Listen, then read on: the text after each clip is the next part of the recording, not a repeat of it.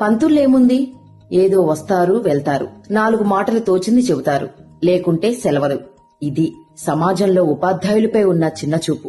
కాని దానికి భిన్నం మా వృత్తి అంటున్నారు ఉపాధ్యాయులు.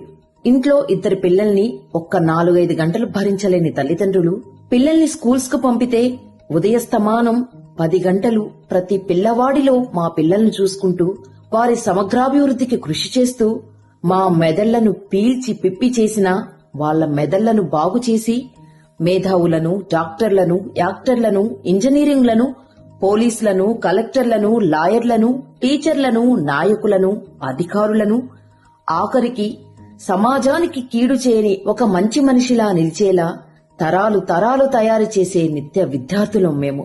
మా పనులు శారీరకంగా అలసినట్టు కనిపించేవి కావు, చెమటను సాక్ష్యంగా చూపడానికి.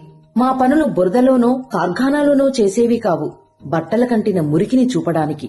మా పనులు మూసలు కావు, మోసాలు కావు. ఏ రోజుకారోజు కొత్తే, పిల్లాడికి కొత్తే. ఏ రోజుకారోజు సమస్యలు కొత్తే. మా వనరులు పిల్లలు మాత్రమే. మా పని చదువొక్కటే కాదు, జీవితాలు తీర్చిదిద్దటం కూడా. ఏ రోజుకు ఆ రోజో, నెలకో, ఏడాదికో ఫలితాన్ని చూపే కూలీలమో, రైతులమో, అధికారులమో కాదు సుమా. తరాన్ని తయారు చేస్తూ పోతాం.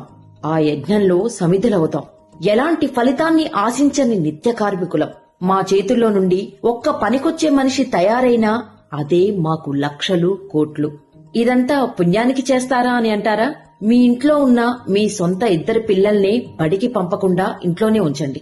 పెంచండి, విద్య నేర్పండి, బుద్ధులు నేర్పండి, విలువలను నేర్పండి. గొప్ప మేధావిని చేయండి, గొప్ప అధికారిని, కనీసం ఒక సమాజానికి పనికొచ్చే వ్యక్తినో, ఆఖరికి సమాజాన్ని గాడిలో పెట్టే సాధువునో, సన్యాసినో చేయండి. అప్పుడు ఒక గురువు గుర్తుకొస్తాడు. అప్పుడే ఒక ఉపాధ్యాయుడు గుర్తుకొస్తాడు. అప్పుడే శారీరకంగా, మానసికంగా, సామాజికంగా, ఆర్థికంగా, ఆధ్యాత్మికంగా, ఉద్వేగాల, భావాల పరంగా అన్ని విధాలా శిక్షణ ఇచ్చే ఒక బడి గుర్తుకొస్తుంది. ఎందుకండి కూర్చున్న కొమ్మను నరుకుతారు? అనంత సాగరమైన విద్యను, విజ్ఞానాన్ని మధించి అక్షర సేద్యంలో నిరంతరం మానసికంగా అలసిపోయి అర్ధాంతరంగా తనువు చాలిస్తూ 10 మందికి బయటకు కనిపించే సాక్ష్యాలు చూపలేని నిస్సహాయులం. మమ్మల్ని